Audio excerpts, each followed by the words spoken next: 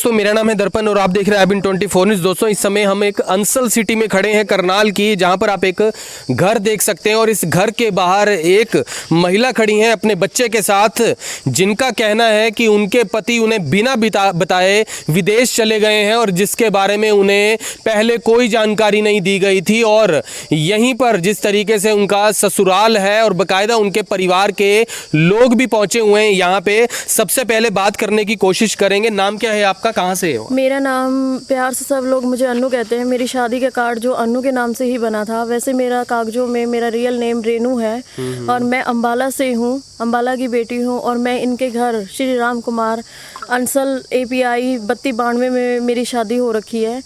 मेरे जो ससुर हैं वो इंस्पेक्टर रिटायर्ड हैं मधुबन पुलिस से। जी। और मेरे जो हस्बैंड है वो मतलब कोई भी काम टिक कर नहीं करते हैं। अच्छा। कभी भी। मेरी शादी को 8 क्या साल करते हैं आपके हस्बैंड? मेरे हस्बैंड अभी लास्ट टाइम तो चंडीगढ़ में जॉब करते थे डिस्ट्रीब्यूटर पे, जो सॉफ्टवेयर हार्डवेयर का डिस्ट्रीब्यूटर होता है उन पर। जी। तो अभी इन्होंने कुछ टाइम पहले, वैसे ये हर वक्त प्लानिंग बनाते हैं कि मैं बाहर चला जाऊं, क्योंकि इनके 2 भाई बाहर है, एक जर्मन में एक साइप्रस। इनके ऊपर भूत सवार रहता है कि मैं बाहर जाऊं, वहाँ की लाइफस्टाइल अच्छी है, ये है। क्योंकि वो एक बारी 1 महीना अपने पापा के साथ और 3 महीने भी गए हैं। और ये लोग 8 साल में मुझे पता नहीं कितनी बारी छोड़ने की कोशिश कर चुके हैं। कभी बिचौलों के घर छोड़ देते, कभी पंचायत में, कभी अपने ही घर में मुझे थ्रेट करके कहते हैं यहाँ से निकल। अपने इल्ज़ाम लगाते हैं गंदे गंदे कि जा अपने यारों के पास जा। अगर मुझे यार ही बनाने होते सर, मैं अपने घर में बनाती ना। यार भी बनाने होते तो इनके घर में आकर बनाती, एक बच्चा ना पैदा करती, यारों का ही पैदा करती फिर। और ये मुझे धमकी हमेशा पुलिस की भी देते हैं कि तू हमारा कुछ नहीं बिगाड़ सकती, चाहे SSP क्या DSP के पास चली जा। और वो इस बेस पे भी धमकी देते हैं क्योंकि इनके जो मामा जी हैं जसवीर सेन, वो एक्साइज इंस्पेक्टर हैं। वो उनकी पावर के थ्रू बच जाते हैं हमेशा। इन लोगों की वजह से मैंने एक बारी पॉइजन केस भी हुआ था। मेरा बेटा जब 2 साल का हुआ ही था, सिर्फ किसी और बात की थोड़ी छोटी बातें हो, माँ बाप मेरे कुछ कह भी देते हैं, बातें करते हैं, समझाते हैं, तो उनके खिलाफ भी ये पर्चा दर्ज कराते हैं। और मेरे को ये कोर्ट के थ्रू नोटिस भी भिजवा देते हैं घर से निकलने का। अच्छा। जब मेरा पॉइजन केस हुआ था, मैंने उस टाइम पर भी इन लोगों के खिलाफ कभी कुछ नहीं किया, यही सोचकर कि मेरा एक बच्चा है, हमारी गृहस्थी अच्छी चलेगी, कभी तो इंसान समझेगा, ये मुझे समझेंगे।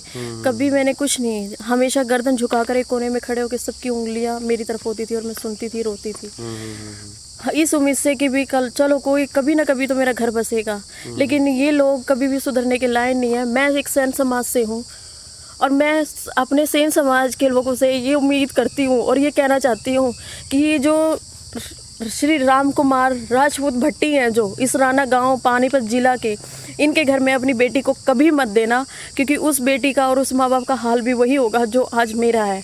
क्योंकि मेरे से पहले, सबसे पहले मेरी शादी हुई थी। ये 3 भाई हैं। मेरे जेठ ने मेरे शादी के 1 साल बाद लव मैरिज करी नेपाल की लड़की के साथ। उसके साथ भी यही सब हुआ था। वो 21 दिन के लिए शादी करने आया था और 21वें दिन चला गया था वहाँ से। वो 2 साल के यहाँ रही। जैसे ही वो आई मुझे घर से निकाल दिया। मुझे पता नहीं था कि मैं प्रेग्नेंट हूँ। ये बच्चा मेरे मायके में पैदा हुआ है। और जब 4 महीने मैं स्टार्टिंग के प्रेगनेंसी के दौरान मैं बहुत ही प्रॉब्लम में रही हूँ। मेडिकल मेरे को हुआ था, मैं हॉस्पिटलाइज रही हूँ खुराना हॉस्पिटल में, अम्बाला के कैंट में।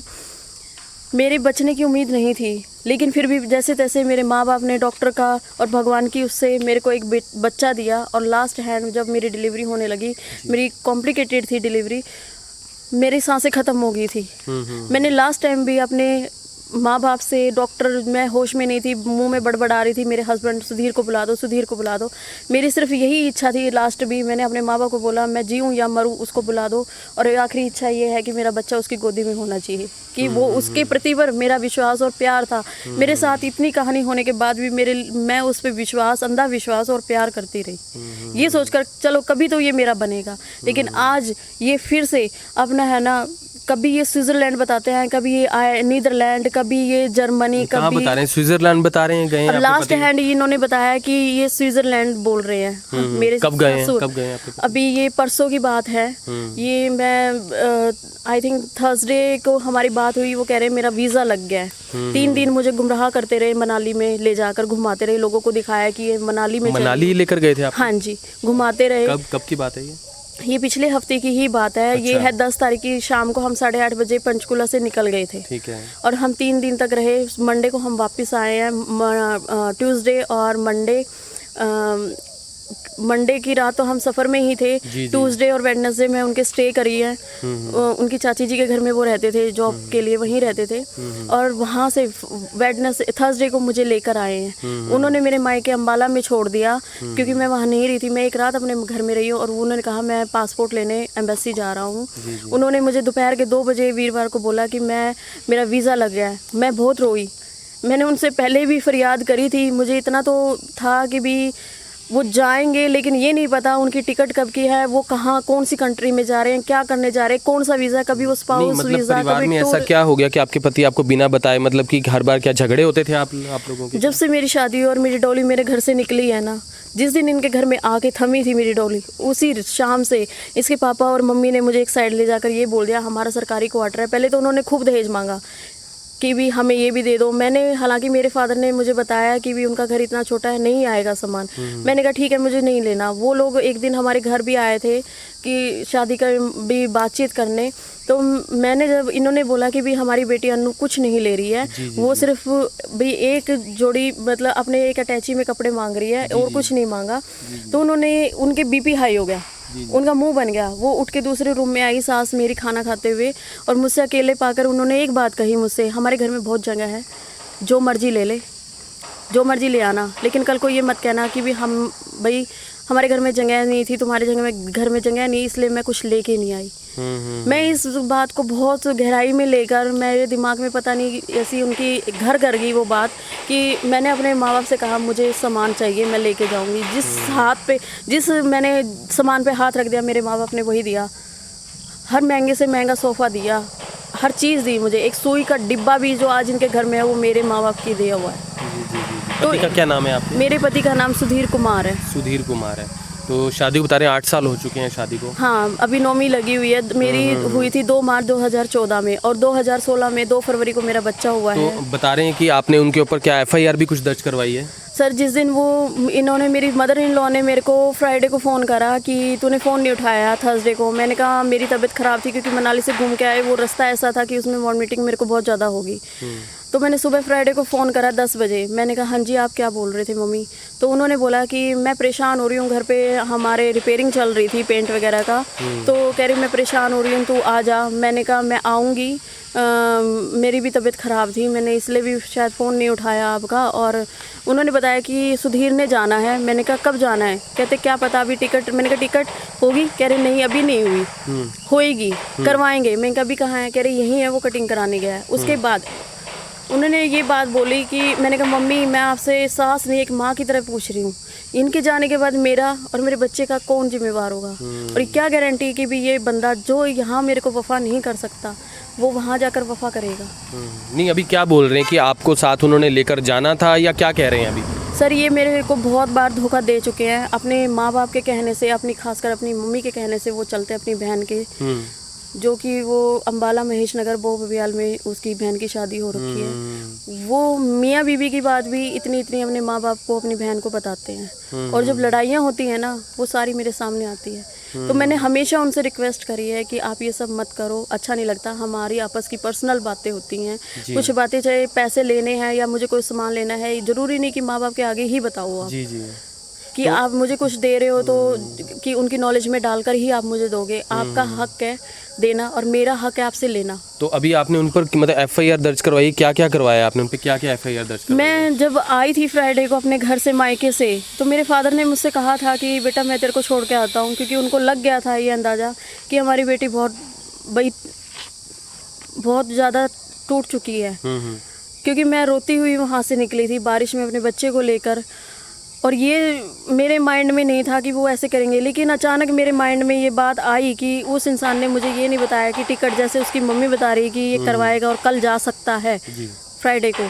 तो मुझे थोड़ा डाउट हुआ कि ये इन्होंने इसीलिए मुझे नहीं बताया। ना उन्होंने मुझे ये बताया कौन सी एयरलाइन से जा रहे हैं, मेरी फ़्लाइट कब की है, मुझे कुछ नहीं बताया। तो मैंने एक डिसीज़न लिया कि मेरे साथ इतना कुछ हुआ है और ये इंसान बाहर निकल गया। और पिछले 1.5 साल पहले भी हमारे घर में छोटा मोटा झगड़ा हुआ था, तो लोगों ने मुझे भी बताया था, बाहर के लोगों ने, कि ये लोग सोच रहे हैं कि इसको बाहर निकाल दें और इस मकान को वो बेच के चले जाएं। और उन्होंने जब पूछा होगा बहू और पोते का, हमें नहीं कोई लेना मैं देना। ये जानना चाह रहा हूँ कि अभी आपने बता रहे हैं उनके ऊपर कंप्लेंट दर्ज करवाई है, तो कंप्लेंट में मतलब क्या कुछ है? मैंने सिर्फ एसएसपी के पास जाकर उसी दिन सीधा मैं घर नहीं आई, मैं सीधा एसएसपी के पास गई। उनसे मैंने कहा, सर मैंने एप्लीकेशन में यही लिखा कि 8 साल से मेरी शादी को हो चुके हैं और ये लोग मुझे भाई हमेशा धोखा देते हैं। और मेरे पास एक 6 साल का बच्चा है और मेरे जो ससुर, सास ससुर और मेरी ननंद और मेरे हस्बैंड, ये सारे हैं, ये कभी मेरी बात कोई सुनता नहीं।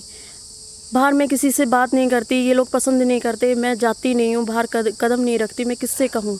ये मुझे है ना छोड़कर जा रहे हैं, जो कि मेरे सास ससुर ने मुझे बेदखल किया हुआ है। मुझे डाउट है कि ये मुझे बाहर नहीं लेके जाएगा या खर्चा नहीं देगा या मेरे सास ससुर मुझे अच्छे से ढंग से नहीं रखेंगे।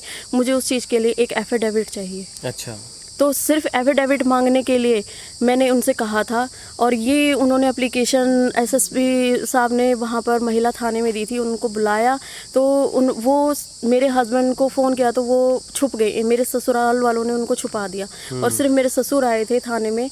और मेरे फादर को जब पता चला कि मैं थाने में हूँ, मेरे बाद आए, मैं सुबह आई हूँ और वो शाम को आए हैं। उन्होंने इल्ज़ाम लगा दिया कि मेरे फादर को भी काफ़ी कुछ सुनाने लगे, गलत गालियाँ भी देने लगे वो, कि हम तुम्हें देख लेंगे, तुम हो ही नहीं, तुम्हें अच्छे से बताऊंगा। मतलब क्या है पुलिस, मैं किसी डीएसपी से भी नहीं डरता, एसएसपी तो दूर, मैं डीएसपी से भी नहीं डरता।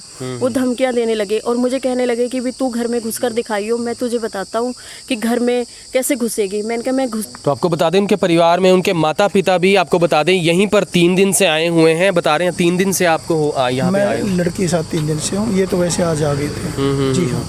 तो अभी जो बता रहे हैं जो एफआईआर है उसमें क्या कुछ है? आपने एफआईआर करवाई है बता रहे हैं? मैंने नहीं करवाई है, मेरे बगैर पूछे लड़की सीधी एसएसपी ऑफिस गई। वहाँ से एनआईएस के दिमाग में पता नहीं सफ़र में दौरान सफ़र क्या हुआ, ये तो घर के लिए आई थी। इसने जाके वहाँ ना टूटी बजी एप्लीकेशन दे दी और वहाँ जाके उन्होंने मार्क कर दी। एसएसपी साहब ने महिला थाने को। अभी आपने एफआईआर कराई है, कंप्लेंट करवाई है अभी बेसिकली? सर पहले जब मैंने उनसे रिक्वेस्ट करी कि आप अपने बेटे को बुला दो, वो बार बार झूठ बोलते रहे, पुलिस को भी गुमराह करते रहे कि हमने तो, वो तो चला गया, भाग गया, वो तो मतलब वो यहाँ से फ्लाइट ले चुका है। वो 2 दिन हमें गुमराह करते रहे। एसएसपी जो रेखा है, इंस्पेक्टर रेखा मैम है, उन्होंने इनकी लोकेशन निकाली थी, वो यहीं की थी। हम उनकी लोकेशन पे गए भी थे परसों, पर वो नहीं मिले। जब मैंने उनसे रिक्वेस्ट करी आप बुला दो, मैं कुछ नहीं करूँगी, एफआईआर मैं नहीं करूँगी, मैं करना भी नहीं चाहती, बस मुझे भी अपने हस्बैंड से मिलना है। एफआईआर कौन सी करवाई है वो कोई बात नहीं है, एफआईआर में क्या कुछ हुआ है अभी? आपने क्या क्या मामले? एफआईआर वो जब मुझे छोड़कर आ गए ससुराल वाले मेरे, तो मैंने उनके खिलाफ एफआईआर लॉन्च कर दी थी, जिसमें मेरे हस्बैंड। किन धाराओं में, किन किन मामलों में? 323 नहीं उसको समझाना जरूरी है। मैंने उन पर दहेज का, मारपीट का और धोखाधड़ी का और थ्रेट का केस दर्ज करवाया है। जी जी जी। तो अभी फिलहाल जो एसपी साहब है उनसे मुलाकात आपकी हुई थी? मेरी उसी टाइम हुई थी। तो क्या क्या बोला है उन्होंने इस बारे में? उन्होंने ये बोला था कि इनको मतलब नेक्स्ट डे का दिन दिया था, बट मेरे कहने के कि भी ये कल शायद निकल जाएंगे, मेरी लाइफ खराब हो जाएगी, तो उन्होंने उसी दिन का कर दिया। आज यहाँ क्यों आए हैं? आपने उनके ऊपर एफआईआर दर्ज करवाई है, तो यहाँ आने का क्या कारण था? वो मुझे नहीं पता था कि वो मुझे यहाँ भाई थाने में ही छोड़कर चले जाएंगे, और मुझे ये भी आइडिया नहीं था कि वो लोग ऐसे लॉक करके घर चले जाएंगे। यहाँ पर आप आए थे, किसी से मिलने आए थे, किस वजह से? नहीं, मैं अपने घर ससुराल आई थी, एक रात पहले यहीं ले आए थे मेरे ससुर। पर अगले नेक्स्ट डे जब हम वहाँ इसके एफिडेविट के लिए गए तो वो मुझे वहीं छोड़ आए। वहीं छोड़, तो उसके बाद आपने एफआईआर करवाई है? हाँ जी, उसके बाद करवाई है। मेरे फादर और मैं मुझे यहाँ छोड़ने आई रिक्शा से, तो मैंने देखा यहाँ लॉक है, और इनकी एक शॉप है जो इन्होंने किराए पे ले रखी है, वो भी लॉक है। मैंने कॉल करा, किसी ने तो फ़ोन। ये लोग कहाँ पे गए हैं अभी मुझे वैसे आइडिया तो यही कहता है कि इनके मेरी सस के जो भाई हैं जसबीर सेन, उनके घर में है पानीपत अंचल में। जी। वहीं जाते हैं ये लोग, कुछ भी घर में प्रॉब्लम होती है तो वहीं जाकर बैठते हैं। तो अब आप आगे क्या कार्रवाई चाहते हैं इनके ऊपर की? जिस तरीके से आप बता रहे हैं कि वो चले गए हैं, या आप क्या चाहते हैं? आप मतलब सर देखो, मैं शादी एक बार ही होती है और मैं दूसरी शादी भी नहीं चाहती, मैं इसको डिवोर्स भी नहीं दूंगी। मैं इस घर में ही रहना चाहती हूँ। मैं 8 साल से इज्जत से रही हूँ, खुद अपने दम पर रिश्ता चलाया है, तो मैं आज इस घर के अंदर ही जाऊंगी। तो आपको क्या लगता है, आपको सही से रखेंगे जब इतना सब कुछ हो चुका है, एफआईआर भी हो चुकी है? रखना पड़ेगा, अगर उनको समाज में और सेन समाज में रहना है तो उनको रखना पड़ेगा। तो यहाँ पर आपने देखा कि मामला किस तरीके से है। हालांकि जो व्यक्ति की जो पत्नी है वो इस घर के बाहर खड़ी हुई हैं, बाकायदा यहाँ आई थी। जब यहाँ आती हैं तो पता चलता है कि जो पति है वो विदेश जा चुका है और उसके बाद जो है उन्होंने बाकायदा उनके ऊपर जो है FIR भी जो है कराई है, कुछ धाराएं उनके ऊपर जो है वो डलवाई हैं। लेकिन यहाँ पर उनका ये भी कहना है कि वो रहना इसी घर में चाहती हैं। लेकिन देखने वाली बात होगी होता क्या है, क्योंकि परिवार के लोग जो आप देख सकते हैं लगातार 3 दिन से ये अम्बाला से आए हुए हैं और घर के बाहर इस समय ताला जड़ा हुआ है। अगर मैं आपको दिखाना चाहूँ तो इस समय घर के बाहर जो है वो ताला जड़ा हुआ है, घर के अंदर इस समय कोई नहीं है। तो इस तरह के मामले कई बार पहले भी देखे जा चुके हैं, लेकिन उम्मीद करते हैं कि ज़रूर जो है इसमें कुछ ना कुछ होगा। बाकायदा जो आप देख सकते हैं जो नेम प्लेट है वो इंस्पेक्टर राम कुमार जो है 3292 मकान नंबर अंसल सिटी के अंदर आप देख सकते हैं। हालांकि हम दूसरा पक्ष है, अगर वो अपनी बात कहना चाहता है तो वो अपनी कह सकता है, क्योंकि यहाँ पर फिलहाल उनका पक्ष जो हमने सुन लिया है, उनकी जो बहू का जो पक्ष है वो हमने सुन लिया है। लेकिन यहाँ पर क्या कुछ वो कहना चाहेंगे वो भी अपनी बात रख सकते हैं। लेकिन फिलहाल आपसे अपील है इस वीडियो को ज़्यादा से ज़्यादा शेयर ज़रूर करें और फिर से जुड़ेंगे अभी 24 के ऊपर। तब तक के लिए जय हिंद। अब यहाँ तक आ ही गए हैं तो हमारे चैनल को सब्सक्राइब जरूर करें और नीचे दिए गए बेल आइकन को जरूर दबाएं ताकि हर खबर सबसे पहले पहुंचे आप तक।